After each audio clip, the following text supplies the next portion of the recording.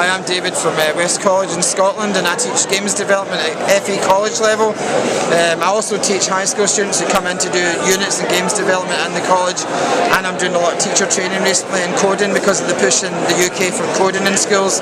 There's a lot of teachers out there who can't program, so I'm doing all those kind of things. My project is about a partnership we did with a local school. So these are my college students here, and they have to do a group project every year where they make a game, which is good because it's like the way it works in the industry. They have to work as a team. Somebody designs a game, somebody programs the game, somebody makes the art. But what we've done the last year is we've tied it with a local primary school. So the primary school has actually been involved in creating the idea, and our guys have gone out, they presented the ideas to the school, and the school then has given them feedback. The school decided last year that it should be on healthy living, so our guys came up with these concepts to do with healthy living. So you can see we've got the guy eating pizza and the guy eating fruit. But the school kids this year actually drew graphics, so they drew like burgers and fruit and all different graphics to go into the game. And as you can see here with the final games, some of their games, their graphics actually got included in the final games. And then what we did in the final stage of the project is the kids came out and they play tested the games. So the kids were involved it ran over from January through to the end of May, and the school children were involved all the way through with my college students in creating the game. My students did the harder things like coding and actually doing that side of it, but the school was involved the whole way through. So it was very much a collaboration between the two parties. There was a lot of teamwork going on, there was a lot of problem solving going on. A lot of the fact we had the kids coming out as well helped because our college students knew they had to get the game ready for these kids to come out and play, and they had a real client, so it made it kind of a more realistic situation for them. And really overall the project was great. At the very end the kids tested it, they voted on it, and these guys here were voted the winning team. And Microsoft actually got involved as well. We had Lee Stott up from Microsoft, and he gave prizes out to the winning team. So overall it was a really good project and hit a lot of these kind of things. I don't know if you want to hear the other stuff I'm doing. I mentioned that in programming in the UK, especially in Scotland, we've got games development on the curriculum for excellence. So we're doing things like Kodu, which Nicky's doing there. We've Touch Develop, which lets you program in multiple devices. I'll show you my poster for that actually. This is the one about programming. So these are my high school students that come into the college and do programming. We're using Touch Develop.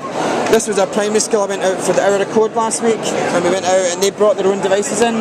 So this is all there. There was like iPads and Android tablets and Surface, and so they all brought in their own devices and they made games or apps in about an hour, using Touch Develop. So we're trying to train teachers, but we're also trying to get out there to the kids and get them excited about programming and that kind of thing as well.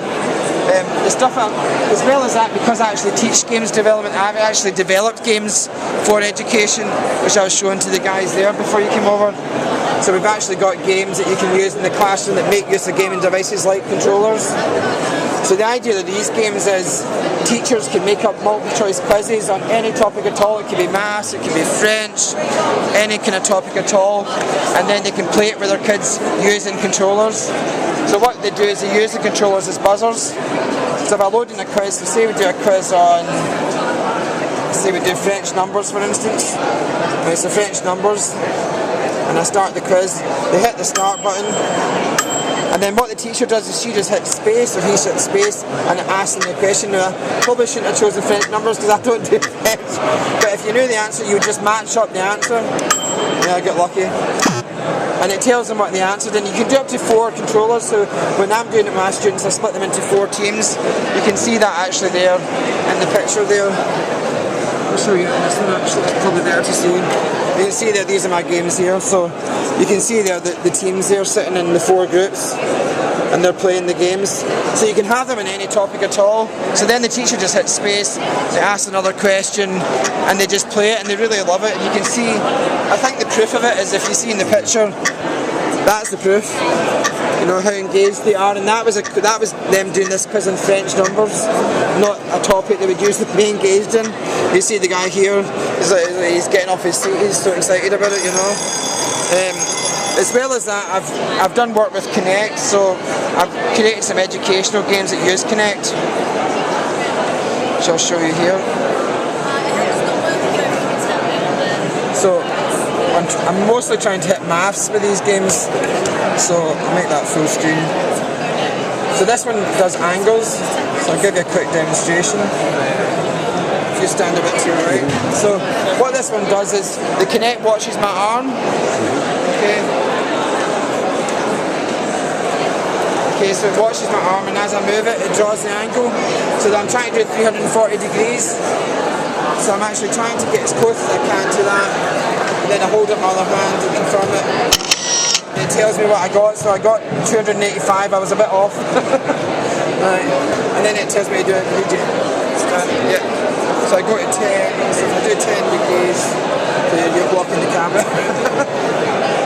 That's it. Yeah. So I'll do that and I hold up my hand. I got it right that time. And the other thing that Kinect can do is it can actually cut you out, so I'll show you that as well. This one is doing Math Mage. It's based on Fruit Ninja, but it's doing your multiplication times tables. So what happens in this one is I'll set it to the 5 times table, which is an easy one. And if I stand here, you see what happens on the screen now? Right, and I'm trying to swipe for the numbers in the times table. So any number that's in the 5 times table, I'm trying to swipe through it. If it's not in the times table, I'm not meant to swipe through it. Just like